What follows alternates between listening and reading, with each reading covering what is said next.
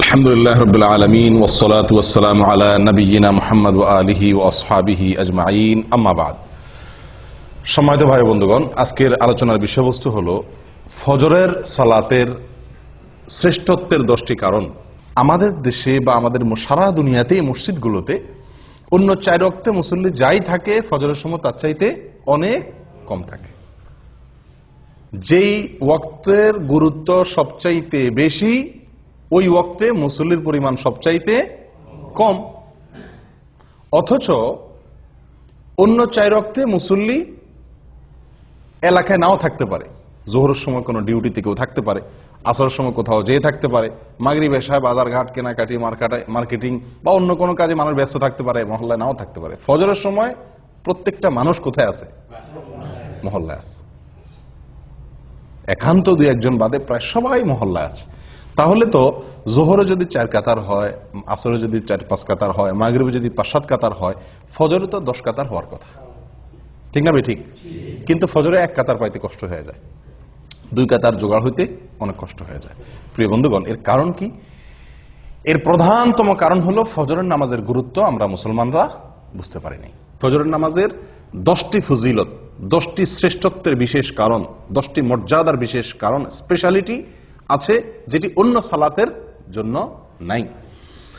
তার ভিতরে প্রথম হলো ফজরের সালাত বা ফজরের নামাজ। এটা হলো ইমানের আলামত, ইমানদারের আলামত। কিসের আলামত ভাই? ইমানদারের আলামত। নামাজ মাত্রই ইমানদারের আলামত। যে ব্যক্তি ইমানদার সে মসজিদে আসবে, যাবে, তাকে তার ইমান আছে কথা সাক্ষ্য দেওয়ার নির্দেশ আমাদেরকে করা হয়েছে। যদি সে মসজিদে আসা যাওয়া করে, নামাজি হয়। নামাজি না, মসজিদে আসা যাওয়া করে না, তাহলে তার ইমানের সাক্ষ্য আমরা দিতে পারি না। কিন্তু ফজরের নামাজে হাজির হওয়া এটা ইমানদারিত্বের বিশেষ সাক্ষ্য, বিশেষ প্রমাণ। ইমানদার যে খাঁটি, নির্ভেজাল, পিওর, এটার প্রমাণ হলো ফজরের নামাজে কি হওয়া? উপস্থিত হওয়া। যদি কেউ ফজরের নামাজে উপস্থিত হতে না পারে, ফজরের নামাজ পড়তে তার কষ্ট হয়ে যায়, একদিন আসলে 10 দিন মিস হয়ে যায়, ফজরের নামাজে সে আসতেই পারে না, এরকম যদি হয়, তাহলে বুঝতে হবে তার ঈমান নিয়ে নতুন করে চিন্তা করা দরকার আছে। তার ঈমানের ভিতরে যথেষ্ট ঘাপলা আছে। নবী সাল্লাল্লাহু আলাইহি ওয়াসাল্লাম বলেছেন, আবু হুরায়রা রাদিয়াল্লাহু তাআলা থেকে বর্ণিত, বুখারী এবং মুসলিমের হাদিসে আসছে, তিনি বলেন, লাইসা সালাতুন আথকালা আলাল মুনাফিকিনা মিনাল ফজরি ওয়াল ইশা লাউ ইয়ালামুনা মা ফিহিমা লাআতাউহুমা ওয়ালাউ হাবওয়ান। ফজর এবং এশার নামাজ, এই 2 ওয়াক্ত নামাজ মুনাফিকদের উপরে পড়া সবচেয়ে কষ্টের। অন্য কোন নামাজ পড়তে মুনাফিকদের এত কি হয় না? কষ্ট হয় না। মুনাফিক কারা ভাই? মুসলমানের বেশভূষা ধারণ করছে, সমাজে টিকতে হয় তাই মুসলমানের সাথে সব কাজ তাল মিলায়া করে, কিন্তু তলে তলে তার ভিতরে কি নাই? ভিতরে ঈমান নাই। একে বলা হয় মুনাফিক। এই মুনাফিকের ব্যাপারে নবী সাল্লাল্লাহু আলাইহি ওয়াসাল্লাম বলছেন যে লাইসা সালাতুন আথকালা আলাল মুনাফিকিনা মিনাল ফজরি ওয়াল ইশা। ফজর এবং এশা, অন্য বর্ণনায় আসছে ফজর এবং আসর, কিন্তু সর্বাবস্থায় ফজরের কথা আগে বলা আছে। এই ফজরের নামাজ এটা মুনাফিকের জন্য এই নামাজে উপস্থিত হওয়া কষ্টসাধ্য। যার এই নামাজে উপস্থিত হওয়া সুযোগ হয় না, তৌফিক হয় না, কষ্ট হয়, বুঝতে হবে সেই ব্যক্তির ঈমান নিয়ে যথেষ্ট করে প্রশ্ন তোলার সুযোগ আছে। আমি কি বুঝাতে পারছি প্রিয় ভাইরা? তাহলে ফজরের নামাজে উপস্থিত হওয়া এটা কিসের আলামত? ঈমানদারের আলামত। ফজরের নামাজে উপস্থিত না হইতে পারা কিসের আলামত? মুনাফিকের আলামত। মুনাফিকের জন্য এটা কঠিন হয়ে যায় উপস্থিত হইতে পারাটা। তাহলে অন্য সালাত, জোহরের ব্যাপারে এটা বলা হয় নাই যে জোহরের নামাজে মুনাফিকরা আসতে কষ্ট হয়। জোহরের নামাজে 1 নম্বর, 2 নম্বর, 3 নম্বর, 4 নম্বর সব কিসিমের, 3rd class, 2nd class, 1st class সব কিসিমের মানুষ কি জোহরে আসতে পারে, মাগরিবে আসতে পারে। বুঝে আসছে কথা? কিন্তু ফজরের নামাজ এটা এমন একটা নামাজ যে এই নামাজে যে মুনাফিক 2 নম্বরই করে আসে, মানুষ দেখাইতে আসে, সে এই ভোর রাত্রে আরামের ঘুম ফালায় আসাটা খুব বেশি সহজ না। যদি কেউ আসতে পারে, বোঝা যাবে সেই লোকটা হলো খাঁটি ইমানদার, তার ভিতরে ঈমান আছে। প্রিয় ভাইরা, তাহলে এই কোষ্টি পাথরে আজকে যাচাই করলে বহু লোক ইমানদারিত্বের পরীক্ষায় উত্তীর্ণ হওয়া কঠিন হয়ে যাবে।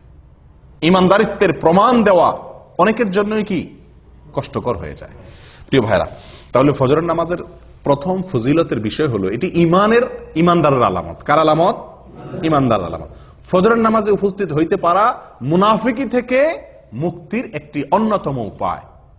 আপনি মুনাফিকি থেকে নিজে মুক্ত, এটা প্রমাণ করার অন্যতম উপায় হলো ফজরের নামাজে কি হওয়া, উপস্থিত হতে পারা। নাম্বার 2, ফজরের নামাজ যদি কেউ আদায় করে তো ওই দিনের জন্য সে আল্লাহ সুবহানাহু ওয়া তাআলার জিম্মায় চলে যায়। কোথায় চলে যায়? আল্লাহ সুবহানাহু ওয়া তাআলার সুরক্ষা সে লাভ করে ওই দিনের জন্য। ওই দিনের জন্য ইন্স্যুরেন্স হয়ে যায় আল্লাহ সুবহানাহু ওয়া তাআলার কাছে। নবী সাল্লাল্লাহু আলাইহি ওয়াসাল্লাম বলেছেন, জুনদুব ইবনে আব্দুল্লাহ ইবনে সুফিয়ান আল বাজালি রাদিয়াল্লাহু তাআলা আনহু থেকে বর্ণিত, এটি সহিহ মুসলিমে আসছে। নবী সাল্লাল্লাহু আলাইহি ওয়াসাল্লাম বলেন, মান সাল্লাস সুবহা ফাহুয়া ফি যিম্মাতিল্লাহ। যে ব্যক্তি ফজরের নামাজ পড়বে সে কার জিম্মায়? আল্লাহ সুবহানাহু ওয়া তাআলার জিম্মায় চলে যাবে। দুনিয়ার কোন লোক, দুনিয়ার কোন নেতা, দুনিয়ার কোন পুলিশ অফিসার, এসপি, ওসি যদি আপনারে বলে যে আপনি আমি দায়িত্বে আছি, কোনো কিছু আমাকে বলবেন, আপনার কোনো কিছু হবে না। এলাকার নেতা, এমপি সাহেব যদি বলে দেয়, আমাদের মনটা কত মনে কত সাহস হয় না? ও ভাই, আল্লাহ সুবহানাহু ওয়া তাআলা বলে দিচ্ছেন যে আল্লাহ ওই ব্যক্তির জিম্মা নেন। বড় কোনো বিপদ আপদ মুসিবত কোনো সমস্যার সম্মুখীন সে হবে না। আল্লাহ সুবহানাহু ওয়া তাআলা স্বয়ং তার জিম্মাদারি নিয়ে নেন। কোন ব্যক্তির? যে ব্যক্তি ফজরের নামাজ জামাতের সাথে। ফজরের নামাজ আপনি পড়লেন, তার মানে ওই দিনের জন্য আপনি গ্যারান্টি পেয়ে গেলেন যে আপনার জিম্মাদারি কে রাখছেন? আল্লাহ সুবহানাহু ওয়া তাআলা রাখছেন। আপনি দিনের বেলা চলেন ফিরেন কাজ করেন, আপনি নির্ভয়ে চলতে পারেন যে আপনার জিম্মাদারি আল্লাহ সুবহানাহু ওয়া তাআলা নিয়েছেন। এটা ফজরের নামাজের জন্য আছে, অন্য কোনো নামাজের জন্য এরকম কোনো কথা বলা হয় নাই। নাম্বার 3, ফজরের নামাজে হাজির হলে আপনার পক্ষে আল্লাহর ফেরেশতাগণ আল্লাহর কাছে গিয়ে সাক্ষ্য দিবে। আপনি যে ভালো মানুষ এ কথার সাক্ষ্য দিবে কে? ফেরেশতারা। আল্লাহ সুবহানাহু ওয়া তাআলা তো জানেন আপনি ফজরের নামাজ পড়ছেন, কিন্তু তারপরেও আল্লাহর ফেরেশতাগণ গিয়ে আপনার পক্ষে ওকালতি করবে, আপনার পক্ষে গিয়ে সাক্ষ্য দিবে যে আল্লাহ আপনার বান্দাকে আমরা নামাজে দেখে আসছি। নবী সাল্লাল্লাহু আলাইহি ওয়াসাল্লাম বলেছেন, এটিও বুখারী মুসলিমের হাদিস, আবু হুরায়রা রাদিয়াল্লাহু তাআলা থেকে বর্ণিত, তিনি বলেন, ফেরেশতারা, দিনের ফেরেশতারা এবং রাতের ফেরেশতারা উভয়ে পালা বদল করে দুনিয়াতে ডিউটি করতে আসে আসমান থেকে। একদল ফেরেশতা আসে দুনিয়াতে, সারা পৃথিবীতে তারা বিচরণ করে। তারা আসমান থেকে নামে কখন? ফজরের সময়। তারা দিনের বেলা ডিউটি করতে আসে। আরেকদল ফেরেশতা সারা রাত ডিউটি করেছিল, তারা ফজরের সময় উপরে উঠে যায়। আবার তারা আসরের সময় আসে, দিনের বেলা যারা ছিল তারা দিনের শিফটে ডিউটি করার পরে তারা আসরের সময় আবার আসমানে উঠে যায়।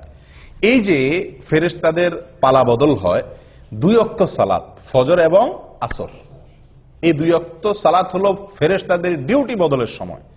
আর এই সময়ে যদি আপনি ফজরের নামাজে হাজির হন, তো এই ফেরেশতারা যখন আল্লাহর কাছে চলে যায়, তখন আল্লাহ তাআলা জিজ্ঞেস করেন তাদেরকে যে আমার বান্দাদেরকে কি অবস্থায় রেখে আসছো?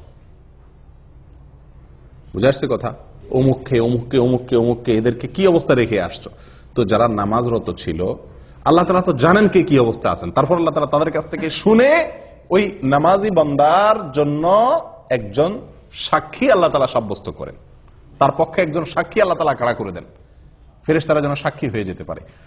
তখন ফেরেশতারা বলে, আল্লাহ, আমরা যখন গিয়েছিলাম তখনও তারা সালাত আদায় করছিল, হ্যাঁ, আবার তারাকনাহুম ওয়া হুম ইউসাল্লুন ওয়া আতাইনাহুম ওয়া হুম ইউসাল্লুন। আমরা যখন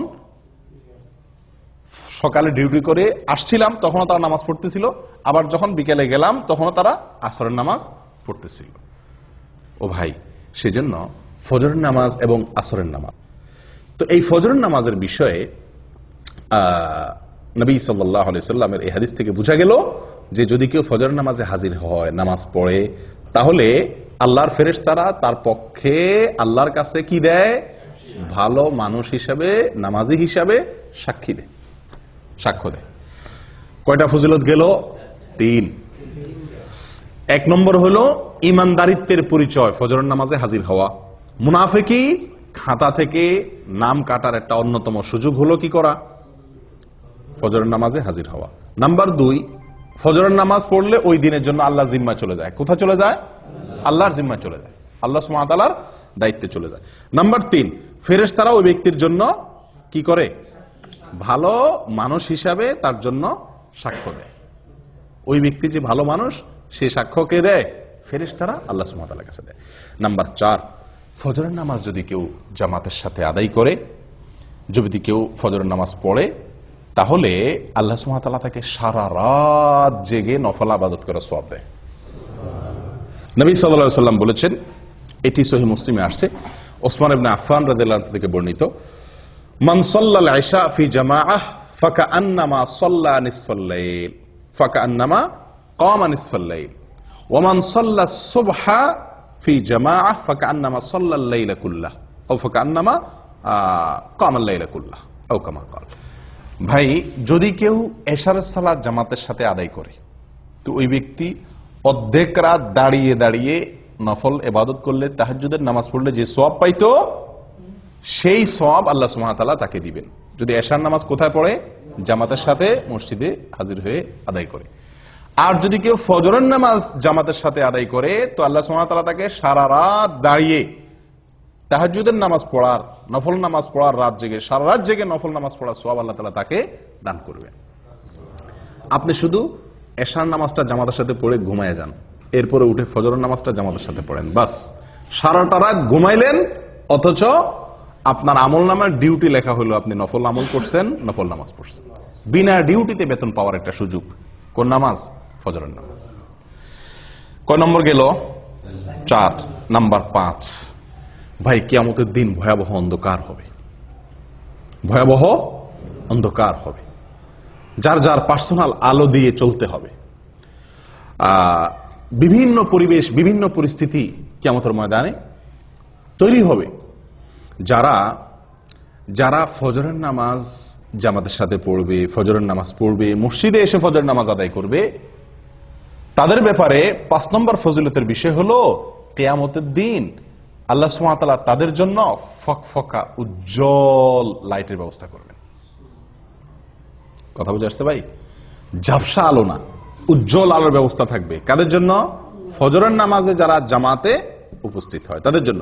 নবী সাল্লাল্লাহু আলাইহি ওয়াসাল্লাম বলেছেন, আবু দাউদ এবং তিরমিজি বর্ণিত হয়েছে হাদিসটি, বাশশিরিল মাশাঈনা ফি যলামি ইলাল মাসাজিদি বিন-নূরি তাম ইয়াউমাল কিয়ামাহ। যারা পায়ে হেঁটে হেঁটে ভোরে ভোরে সূর্য ওঠার আগে অন্ধকারের মধ্যে, আলো আঁধারের মধ্যে যারা পায়ে হেঁটে হেঁটে মসজিদে আসে কষ্ট করে, সুসংবাদ দিয়ে দাও ওই সমস্ত আল্লাহর বান্দাদেরকে। কিসের সুসংবাদ দাও? বিন-নূরি তাম ইয়াউমাল কিয়ামাহ, কিয়ামতের দিন পরিপূর্ণ আলোর আলো আল্লাহ সুবহানাহু ওয়া তাআলা তার জন্য দান করবেন। ওই ব্যক্তির জন্য আলোর ব্যবস্থা করবেন, পার্সোনাল আলো। সবাই অন্ধকারে নিমজ্জিত থাকলেও তাকে আল্লাহ সুবহানাহু ওয়া তাআলা তার জন্য পার্সোনাল আলোর ব্যবস্থা করে রাখবেন, স্পেশাল আলোর ব্যবস্থা থাকবে। এবং সে আলো ঝাপসা আলো না। আপনি হাঁটবেন ফজরের সময় আলো আঁধারের আলো দিয়া, কিন্তু কিয়ামতের দিন আল্লাহ তাআলা যে আলো দিবেন তার বিনিময়ে এই যে কষ্ট করে অন্ধকারে হাঁটলেন, সে আলো হবে কি? অনেক ফকফকা, অনেক পরিষ্কার ঝকঝকে পরিপূর্ণ আলো, যেটাকে বলা হয়। যদি কি করা হয় ভাই? ফজরের নামাজ জামাতের সাথে আদায় করা হয়, অন্ধকারে কষ্ট করে আলো আধারিতে আপনি হেঁটে মসজিদ পর্যন্ত আসেন। নাম্বার 6, ফজরের নামাজ যদি কেউ আদায় করে তো তার বিনিময়ে আল্লাহ সুবহানাহু ওয়া তাআলা তাকে জান্নাতের সবচেয়ে বড় পুরস্কার দান করবেন। জান্নাতের সবচেয়ে বড় পুরস্কার কি ভাই? না, সেটা তো আছেই। জান্নাতের ভিতরে মানুষ যত পুরস্কার, যত নেয়ামত আল্লাহ তাআলা দিবেন, হুর আইন দিবেন, আল্লাহ সুবহানাহু ওয়া তাআলা তাদের জন্য যে কোনো ফল দিবেন, যা চাইবে তারা তা পাবে। কত নেয়ামত থাকবে না? দুধের নহর প্রবাহিত হবে, মদের নহর প্রবাহিত থাকবে, দুনিয়ার নাপাক গান্দা মদ না, পবিত্র মদ। যাই হোক, অনেক নেয়ামতের আল্লাহ তাআলা ব্যবস্থা করবেন জান্নাতীদের জন্য। আল্লাহ সুবহানাহু ওয়া তাআলার যে নেয়ামতে জান্নাতীরা সবচেয়ে বেশি খুশি হবে, যে নেয়ামতের জন্য জান্নাতীরা সবচেয়ে বেশি লালায়িত থাকবে, কোনটা সেটা? আল্লাহ দিদার, আল্লাহর সাক্ষাৎ, আল্লাহর সাক্ষাৎ। জান্নাতীদের সবচেয়ে বড় চাহিদা থাকবে যেন তারা কি করতে পারে? আল্লাহ সুবহানাহু ওয়া তাআলাকে একটু সরাসরি দেখতে পারে। যারা ফজরের নামাজ নিয়মিত পড়ছে, সব সময় ফজরের নামাজ পড়ছে এবং আসরের নামাজ পড়ছে, ফজরের নামাজ এবং আসরের নামাজ পড়ছে, এরা আল্লাহ সুবহানাহু ওয়া তাআলাকে দেখবে কিরকম জানেন? পূর্ণিমার চাঁদ, পূর্ণিমার চাঁদে, পূর্ণিমার রাতে আকাশের চাঁদ কিরকম দেখা যায়? চাঁদের 1 তারিখ, 2 তারিখ, 3 তারিখ, 4 তারিখ, 5 তারিখ এই দিনগুলোতে চাঁদ এত স্পষ্ট, এত ক্লিয়ার দেখা যায়। কিন্তু পূর্ণিমার রাতে চাঁদ কিরকম দেখা যায়? নবী সাল্লাল্লাহু আলাইহি সাল্লাম বলেন, পূর্ণিমার রাতে চাঁদ যেভাবে তোমরা দেখো পরিষ্কার, যারা সূর্য ডুবার আগে এবং সূর্য ওঠার আগের যে নামাজ, সূর্য ডুবার আগের নামাজ হলো আসর, আর সূর্য ওঠার আগের নামাজ হলো কি ফরজ।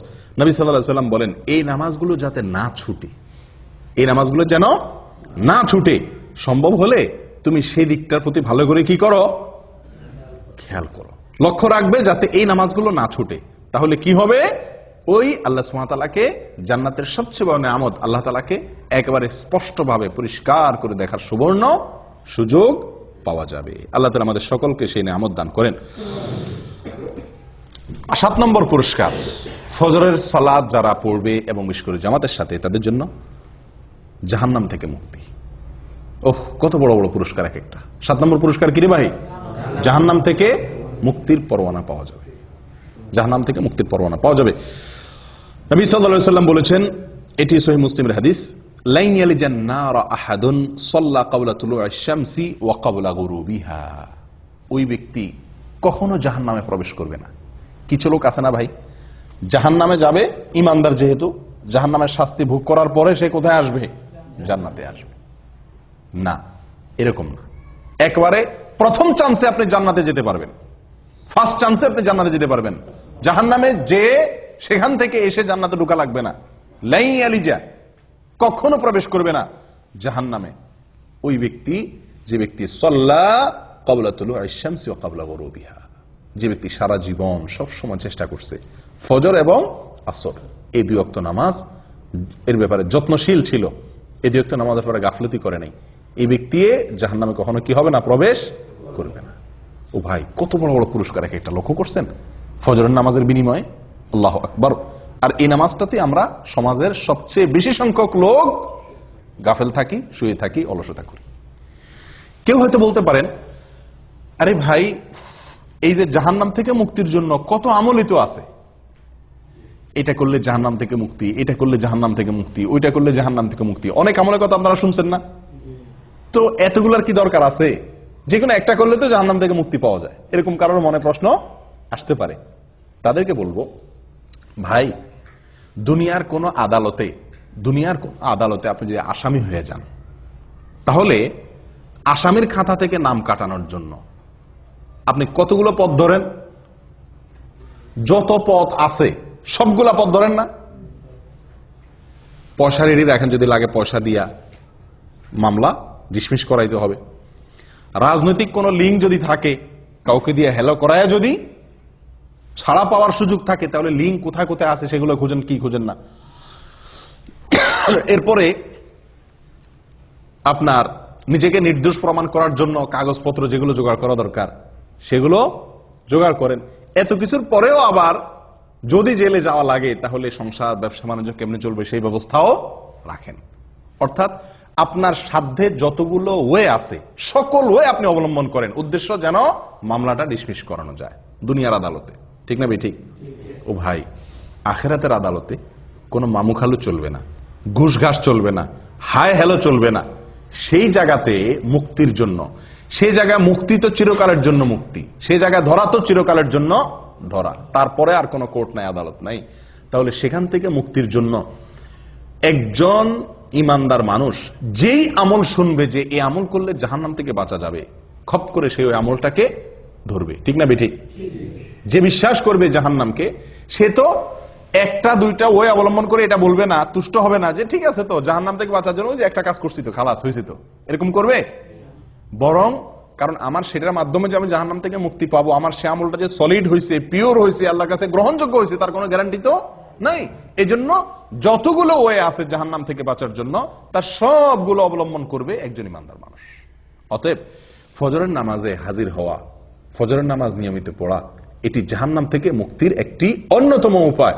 এবং এখানে শব্দটি লাই ইয়ালিজান নার, নবী সাল্লাল্লাহু আলাইহি ওয়াসাল্লাম বলেছেন লাই ইয়ালিজান না, কখনো জাহান্নামে প্রবেশ করবে না। আল্লাহু আকবার। তাহলে বোঝা যায় ফার্স্ট চান্সে সে কোথায় চলে যাবে?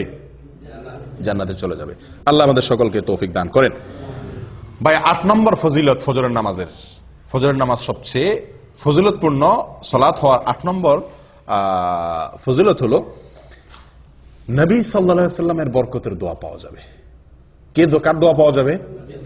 নবী করিম সাল্লাল্লাহু আলাইহি ওয়াসাল্লামের বরকতের দোয়া আপনার জন্য বরাদ্দ হয়ে যাবে।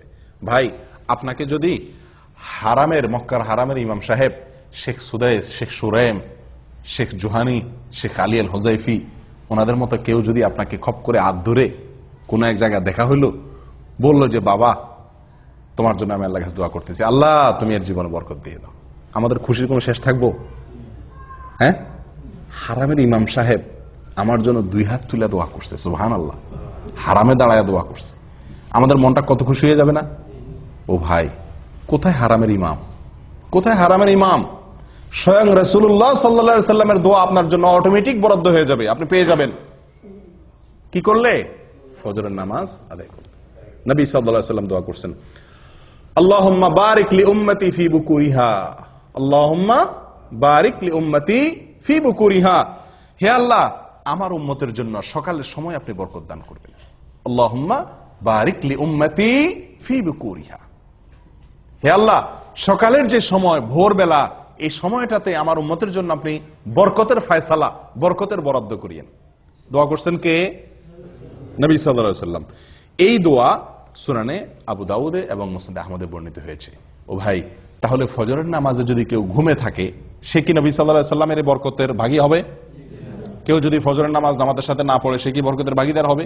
যে ব্যক্তি আল্লাহর হুকুম পালন করবে, ফজরের জামাতে হাজির হবে, সে ব্যক্তি নবী সাল্লাল্লাহু আলাইহি সাল্লামের বরকতের দোয়া পাবে, তার ভাগীদার সে হবে। কারণ সকালের এই সময়টাতে বরকতের দোয়া করছেন কে? নবী সাল্লাল্লাহু আলাইহি সাল্লাম। অতএব এই সময় যদি আমি ইবাদত করি, তো আমার ইবাদতের মধ্যেও কি হবে? নিঃসন্দেহে বরকত হবে। এটা বরকত নেওয়ার সময়, বরকত নাজিলের সময়। এই সময় ঘুমায় থাকলে সে বরকত থেকে কি হবে? বঞ্চিত হবে। 8 নম্বর ফজিলত গেল। 9 নম্বর হলো ভাই, দুনিয়া এবং দুনিয়ার মধ্যে যা কিছু আছে, দেখেন এক একটা পুরস্কার দেখেন, সুবহানাল্লাহ, ফজরের নামাজের বিনিময়ে। দুনিয়া এবং দুনিয়াতে যা কিছু আছে, সারা পৃথিবী এবং পৃথিবীতে যত কিছু আছে, এই সব কিছু থেকে উত্তম ফজরের 2 রাকাত নামাজ। ফজরের 2 রাকাত সালাত দুনিয়া এবং দুনিয়ার ভিতরে যা কিছু আছে সবকিছু থেকে উত্তম। সহিহ মুসলিমের হাদিসে আসছে, নবী সাল্লাল্লাহু আলাইহি সাল্লাম বলেছেন, রাকাতাল ফজর খায়রুম মিনাদ দুনিয়া ওয়া মা ফিহা। আল্লাহু আকবার। রাকাতাল ফজর খায়রুম মিনাদ দুনিয়া ওয়া মা ফিহা। ফজরের 2 রাকাত নামাজ দুনিয়া এবং দুনিয়ার ভিতরে যা কিছু আছে সব কিছুর মালিক হওয়ার চাইতে, সকল কল্যাণের চাইতে বেশি কল্যাণের, বেশি মর্যাদার, বেশি শ্রেষ্ঠ ফজরের 2 রাকাত নামাজে, ফরজ নামাজে হাজির হওয়া বা ফজর নামাজ পড়া। কথা বুঝতে পারছি ভাই?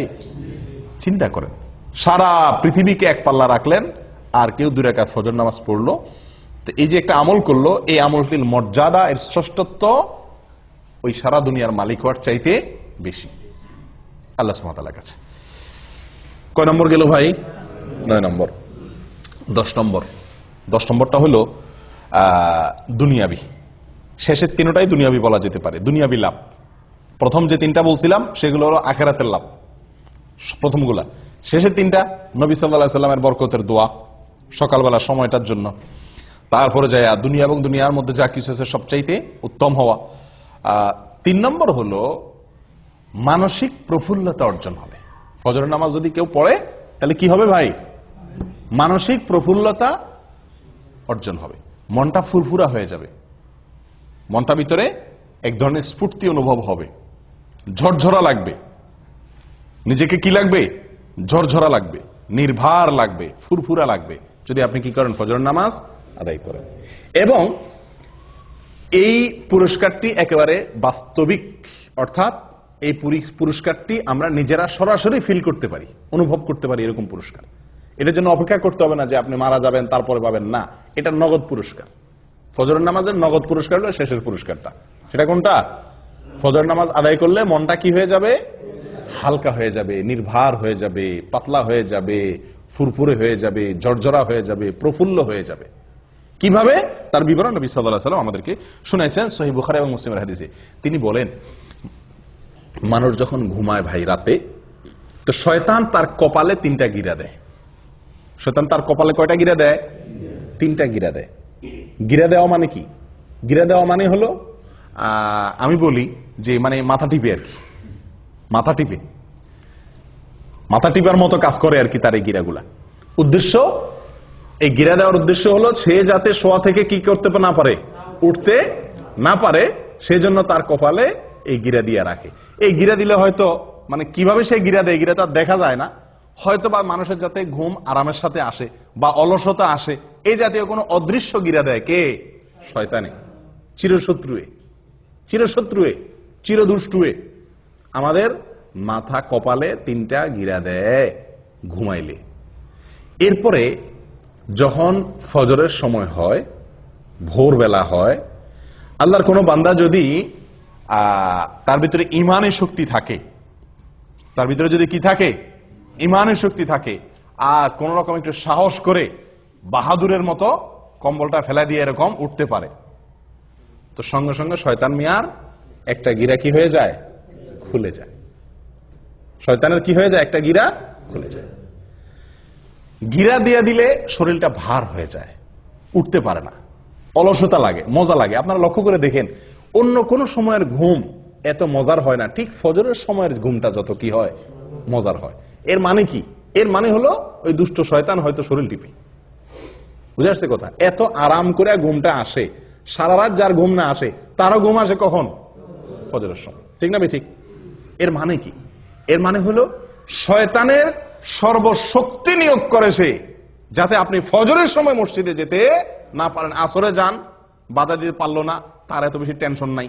মাগরিবে গেছেন, এশায় গেছেন, জোহরে গেছেন, পারলো না সে ঠেকাইতে, এত বেশি টেনশন নাই। কিন্তু ফজরে আপনাকে ঠেকাইতে পারলে তার বিশাল লাভ, আপনাকে জাহান্নামে নেওয়ার জন্য অনেক দূর সে আগে গেল। এই জন্য সে তার সর্বশক্তি প্রয়োগ করে 3টা গিরা দেয়, যাতে ফজরের সময় আপনি হাজির হইতে না পারেন। এই জন্য তো এই গিরা খায়া বেশিরভাগ মুসল্লি মসজিদে আসতে পারে না। ফজরের সময় এই 3 গিরা খায়া শয়তানের বান্ধন খুলে আর আসার মতো ইমানের শক্তি থাকে না। ও ভাই, যদি আল্লাহর কোনো বান্দা যদি ফজরের সময় সাহস করে, হিম্মত করে, যখনই শয়তান তার মনে ওয়াসওয়াসা দেয়, হাদিসে আসছে শয়তান কানে কানে বলে, আমাদের মনের মধ্যে বলে, কি বলে? লাইলুন তওয়িল ফারকুদ, আর রাত এখনো কি অনেক লম্বা, আরো ঘুমা, আরেকটু ঘুমা। আপনি লক্ষ্য করে দেখছেন, ফজরের আজান হয়ে গেছে, তখনও কম্বলটা টাইনে আমরা গায়ে দেই, ঠিক না? 20 মিনিট পরে জামাত দাঁড়াবে, উযু করতে 10 মিনিট চলে যাবে, উঠে যাই না, তখনও কম্বলটা আমরা টেনে গায়ে দেই। কারণ কি? ওই যে শয়তান আমাদের মাথায়, মনের ভিতরে ওয়াসওয়াসা ঢুকাই দিছে যে কি, লাইলুন তাওয়িল ফারকুদ, রাত অনেক, এখনো অনেক সময়, তুই আরেকটু ঘুমা। সারা রাত ঘুমাইলেন, 4 ঘন্টা, 5 ঘন্টা, 6 ঘন্টা ঘুমাইলেন, কিন্তু এই 5 মিনিট না ঘুমাইলে আপনি মরে যাবেন না, কিন্তু মনে হয় যে 5 মিনিট না ঘুমাইলে মনে মরে যাবেন, এরকম লাগে না ওই সময় উঠতে? কারণ শয়তান তার সর্বশক্তি প্রয়োগ করে গিরা তো দেয়, এরপর আপনার কানে কানে ফিসির ফিসির করে বলে। আসলেই আপনি লক্ষ্য করে দেখেন, মনে হয় যে কেউ একটা বলে মনে মনে যে অনেক সময় আছে এখন, ঠিক না ঠিক? ও ভাই, তো আল্লাহর কোনো বান্দা যদি ঘুম থেকে উঠে যেতে পারে কম্বল ফেলে দিয়ে, আমি নবী সাল্লাল্লাহু আলাইহি সাল্লামের বরকতের দোয়া নিতে চাই, আমি জান্নাতে এক চান্সে যেতে চাই, জান্নাতে গিয়ে আল্লাহ তাআলাকে একেবারে পরিষ্কার পূর্ণিমার চাঁদের মতো আল্লাহ সুবহানাহু ওয়া তাআলাকে দেখতে চাই, আমি জাহান্নাম থেকে মুক্তি চাই, আমি ঈমানদারিত্বের পরিচয় দিতে চাই, মুনাফিকের খাতা যেন নাম লেখা না হয়, আমি আল্লাহর নিরাপত্তার ভেতরে প্রবেশ করতে চাই, আমি ফেরেশতাদের সাক্ষ্য পেতে চাই, আমি সারা রাত জেগে ইবাদতের সওয়াব পেতে চাই, আমি কিয়ামতের ময়দানে উজ্জ্বল আলো যেন হয় আমার জন্য, তার ভাগীদার যেন আমি হতে পারি, সেটা চাই। এই কথাগুলো মাথায় রেখে যদি আপনি কম্বলটারে কি করতে পারেন, ফেলে দিতে পারেন, এবং এই হাদিসটা মাথা রাখতে পারেন, নবী সাল্লাল্লাহু আলাইহি ওয়াসাল্লাম বলেছেন, ফজরের সময় শয়তান যে গিরা দেয় এবং আপনারে মজার ঘুম পাড়ানোর চেষ্টা করে, এটা যদি আপনি মাথায় রেখে ঝেড়ে ফেলে উঠে যেতে পারেন, সঙ্গে সঙ্গে একটা গিরা শয়তানের খুলে যায়। এরপরে যদি আপনি গিয়ে কষ্ট মষ্ট করে উঠার পরেও কিন্তু একটু অলসতা হালকা হালকা লাগে, হালকা হালকা, শীতের দিন তো বেশি কষ্ট হয়, গরমের দিনও একটু কষ্ট হয়, যা কোনো রকম হিম্মত করে দিয়ে পানিতে হাত দিয়ে বিসমিল্লাহ পড়ে ওযুটা করে ফেলতে পারেন। ওযুটা করার পরে দেখবেন শরীরটা আরো অর্ধেক পাতলা হয়ে গেছে, কারণ গিরা আরেকটা তখন খুলে যায়। এরপরে আরেকটু বাকি থাকে, মসজিদে যাব না রুমে পড়ে ফেলবো, আরেকটু অলসতা থাকে। এরপর যদি সাহস করে বাইর হয়ে যান হিম্মত হয়ে মসজিদের দিকে এবং আসেন, ফজরের নামাজটা যদি পড়ে ফেলতে পারেন কোন রকম, সঙ্গে সঙ্গে 3 নম্বর গিরাও কি খুলে যায়, শরীর ফুল পাতলা হয়ে যায়। এই যে নবী সাল্লাল্লাহু আলাইহি সাল্লামের হাদিসটি, 3টা গিরা খুলে শরীর পাতলা হয়ে যাওয়া, নির্ভর হয়ে যাওয়া, এটা আমরা বাস্তবে সব সময় অনুভব করার সুযোগ আছে, আছে না নাই? আমরা সবাই অনুভব করি, হয়তো খেয়াল করি না। আপনি লক্ষ্য করে দেখেন, রাতে শোয়ার পরে ভোর রাতে শরীরে যে ভার মনে হয় যে উঠলে মনে মরে যাব, এত কষ্ট, এত আরামের ঘুম বাদ দিয়ে উঠলে, এই ঘুম ছেড়ে উঠলে মনে আমি শেষ, এরকম মনে হয় না? কিন্তু উঠা বসার পরে, কম্বলটা ছেড়ে দিয়ে নামার পরে দাঁড়াতে পারলে মনটা অনেকটা পাতলা মনে হয়, ঠিক না বেঠিক? অনেকটা পাতলা, কারণ যে গিরা খুলে গেছে। ওযু করার পরে আরো পাতলা মনে হয়, হালকা হয়ে গেছে। আর ফজর পড়ার পরে তো একেবারে পরিপূর্ণ ফ্রেশ হয়ে যায় মনটা। আমি কি বুঝাতে পারছি ভাই? একদম ফ্রেশ হয়ে যায় ফজরের সালাত জামাতের সাথে আদায় করার পরে। একজন মানুষ ফজরের নামাজ না পড়ে, কোনোদিন আপনি ফজর নামাজ না পড়ে কাজে যান, উঠেন, অন্যান্য কাজে লাগেন, আপনি যতই কাজ করেন আপনার মনের ভিতরে এক ধরনের ভার, এক ধরনের আনফ্রেশনেস আপনি অনুভব করবেন। কিন্তু যদি ফজর নামাজ জামাতে পড়তে পারেন তাহলে ইনশাআল্লাহ ওই দিনটা আপনার মনটার মধ্যে কি থাকবে? ফুরফুরে একটা ভাব থাকবে। ও ভাই, তাহলে গিরা খোলার কাহিনী বুঝতে পারছেন তো? আমরা তো বলি যে দুনিয়ার কোনো কাজে যদি আপনি আরামের ঘুম বাদ দিয়ে উঠেন, মেজাজটা গরম হয় না? সামনে কেউ কিছু বললেও খিটখিটে মেজাজ লাগে, ঠিক না বেঠিক? এরপরে আপনি উঠলেন, ঘুম থেকে উঠে যাইতেছেন, যত দূর সামনে আগান তত মেজাজ আরো খারাপ হয়, ঠিক না বেঠিক? আপনি ঘুমের মধ্যে আছেন, হঠাৎ করে আপনার মালিকে বসে ফোন দিয়ে বসছে, এই তাড়াতাড়ি আসো। আপনি ফোন কাইটা উঠলেন, ঘুমটা খুব জমছিল, শীতের দিন, উঠে বাইরে হয়েছেন, যতদূর সামনে আগান মেজাজ আরো গরম হয় না? আস্তে আস্তে বাইরে আসছেন, উফ আরো ঠান্ডা, আরো মেজাজ আরো গরম হয় না? শরীরটাতে এক ধরনের মানুষ অপ্রস্তুতি ভাব চলে আসে, মানুষের মধ্যে বিরক্তির ভাব চলে আসে, ঠিক না ভাই ঠিক? কিন্তু যদি কেউ ফজরের নামাজ জন্য উঠে, এই প্রত্যেকটা কাজের পরে উঠলো, ওযু করলো, নামাজ পড়লো, পটপট করে শরীরটা আরো কি হতে থাকে? পাতলা হতে থাকে। কারণ যে শয়তান ওটাকে ভার করে রাখছে, আল্লাহ সুবহানাহু ওয়া তাআলা ইবাদতগুলোর মাধ্যমে তাকে আল্লাহ তাআলা কি করে দেন? পাতলা করে দেন। তাহলে ভাই, যদি কেউ ফজর নামাজ আদায় করে, নবী সাল্লাল্লাহু আলাইহি ওয়াসাল্লাম বলেছেন ফাসবাহা নাশীতান তিবান নফস, ফজর নামাজ আদায় করতে পারলে তিনি গিরা খুলে গিয়ে সে ব্যক্তি হাসি খুশি, প্রফুল্ল এবং পবিত্র মন নিয়ে তার দিনটা শুরু করে। আর যদি কেউ ফজর নামাজ না পড়তে পারে, ওয়া ইল্লা আসবাহা খাবিসান নফসি কাসলান, সারাটা দিন তার শরীর মেজমেজ, অলসতা এগুলা করতে করতে চলে যায়। আপনি পরীক্ষা করে দেখেন। আল্লাহ তাআলা আমাদের সকলকে এই ফজরের গুরুত্ব বোঝার তৌফিক দান করেন। 10টি গুরুত্ব, 10টি ফজিলতের কথা আমরা শুনলাম। আমি আবারও বলছি একটি একটি করে। নাম্বার 1, ফজরের নামাজ মুনাফিকদের জন্য কঠিন হয়, ঈমানদারদের জন্য সহজ হয়। অতএব ফজর নামাজে হাজির হতে পারা ঈমানদারের পরিচয়। নাম্বার 2, ফজর নামাজে হাজির হলে তার জিম্মাদারি কে নেয়? আল্লাহ সুবহানাহু ওয়া তাআলা নেন। ওই দিনের জন্য আল্লাহ জিম্মাদারি নিয়ে নেন, আল্লাহর নিরাপত্তার ভিতরে সে প্রবেশ করে যদি ফজর নামাজ আদায় করে। নাম্বার 3, ফেরেশতারা আল্লাহ সুবহানাহু ওয়া তাআলার কাছে গিয়ে ওই ব্যক্তির পক্ষে কি দেয়? সাক্ষ্য দেয় যে সে সালাত আদায় করছে, ভালো কাজ করছে। নাম্বার 4, যদি কেউ ফজর নামাজ জামাতের সাথে আদায় করে তো আল্লাহ সুবহানাহু ওয়া তাআলা তাকে সারা রাত দাঁড়িয়ে তাহাজ্জুদের নামাজ পড়ার সওয়াব, নফল নামাজ পড়ার সওয়াব দান করেন। নাম্বার 5, ফজর নামাজ যদি কেউ জামাতের সাথে পড়ে, আলো আঁধারিতে কষ্ট করে মসজিদে আসে নিয়মিত, তো আল্লাহ সুবহানাহু ওয়া তাআলা তার বিনিময়ে কিয়ামতের দিন তাকে পরিপূর্ণ আলোর ব্যবস্থা করেন, তার জন্য স্পেশাল তার জন্য আলোর ব্যবস্থা করেন কিয়ামতের দিন। 6 নম্বর পুরস্কার হলো আল্লাহ সুবহানাহু ওয়া তাআলাকে দেখা জান্নাতীদের সবচেয়ে বড় পুরস্কার, সবচেয়ে বড় পুরস্কার। এই পুরস্কারটি সে শুধু পাবে তা নয়, পূর্ণিমার চাঁদ যেরকম মানুষ দেখতে পারে পূর্ণিমার রাতে, আল্লাহ সুবহানাহু ওয়া তাআলাকে সে এরকম পরিষ্কার ভাবে দেখতে পারবে। এবং সে না, সব জান্নাতীরা কেউই ভিড় করবে না আল্লাহকে দেখার জন্য। দেখার জন্য একটা জিনিস দেখতে গেলে, অনেক লোক দেখতে গেলে ভিড় করে অনেক সময় দেখা লাগে না, আল্লাহ সুবহানাহু ওয়া তাআলাকে সেরকম ভিড় করে দেখতে হবে না।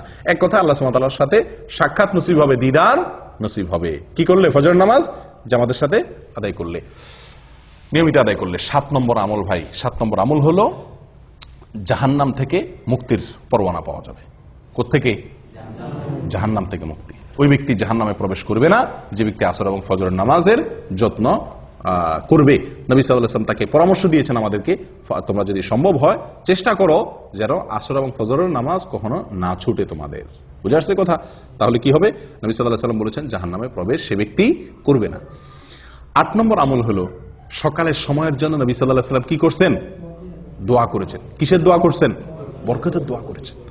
তো এই ফজরের সময়টা, এই সময়টার জন্য নবী সাল্লাল্লাহু আলাইহি ওয়াসাল্লাম বরকতের দোয়া করছেন। কেউ যদি ফজরের নামাজ পড়ে উঠে আল্লাহর ইবাদত করে তাহলে সে নবী সাল্লাল্লাহু আলাইহি ওয়াসাল্লামের কেমন যেন সে কি হলো? বরকতের ভাগীদার হয়ে গেল। এই টাইমে যে কাজ করবে ওই কাজে তার বরকত হবে। 9 নম্বর হলো ভাই, ফজরের নামাজের 2 রাকাত ফরজ নামাজ আদায় করা দুনিয়া এবং দুনিয়ার মধ্যবর্তী সব কিছুর মালিক হওয়ার চাইতে বেস্ট এবং শ্রেষ্ঠ সম্পদশালী সে ব্যক্তি হয়ে গেল। 10 নম্বর হলো ফজর নামাজ যদি জামাতের সাথে আদায় করেন তাহলে মনটা প্রফুল্ল হয়ে যাবে, হাসি খুশি হয়ে যাবেন, নির্ভার হয়ে যাবে, পাতলা হয়ে যাবে এবং এভাবে আপনার সারাটা দিন কাটবে। কয়টা ফজিলত গেল? 10টা।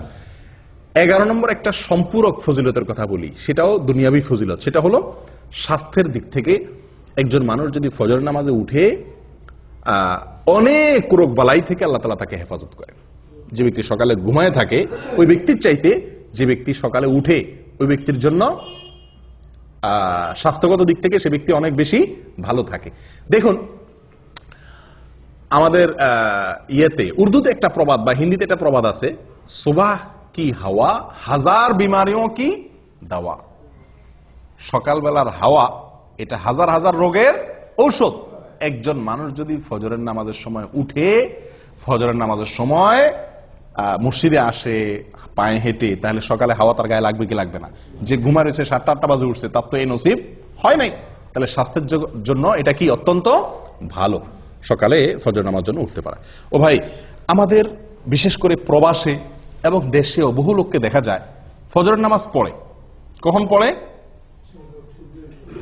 সূর্য ওঠার পরে, মানে তার মন মতো। সোজা কথা, সকাল 7টা অথবা 8টা বাজে ফজরের নামাজ পড়ে।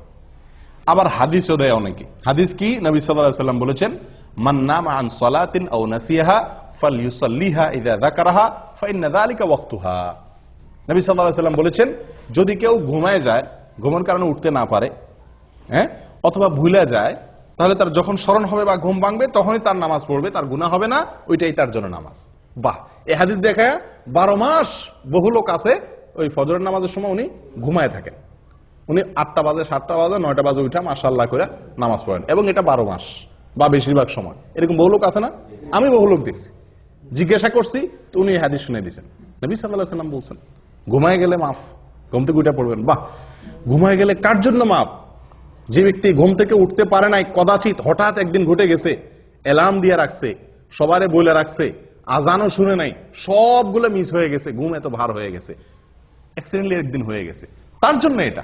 নবী সাল্লাল্লাহু আলাইহি ওয়াসাল্লামের নিজেরও একদিন ফজর নামাজ ছুটে গেছে। ঘুম থেকে উঠছেন সূর্য ওঠার পরে, ওনার সাথে সব সাহাবীরা মিলে সফরে ছিলেন, শরীর ক্লান্ত ছিল, ঘুম আসছে, একজনকে উনি পাহারাদার রাখছেন।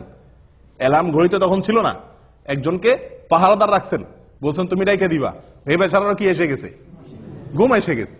আসলে এবার সবাই ঘুম, ফজর নামাজের ওয়াক্ত শেষ, সূর্য উঠে গেছে, যখন রোদ লাগা শুরু হয়েছে এবার সবাই আস্তে আস্তে ঘুম ভাঙছে।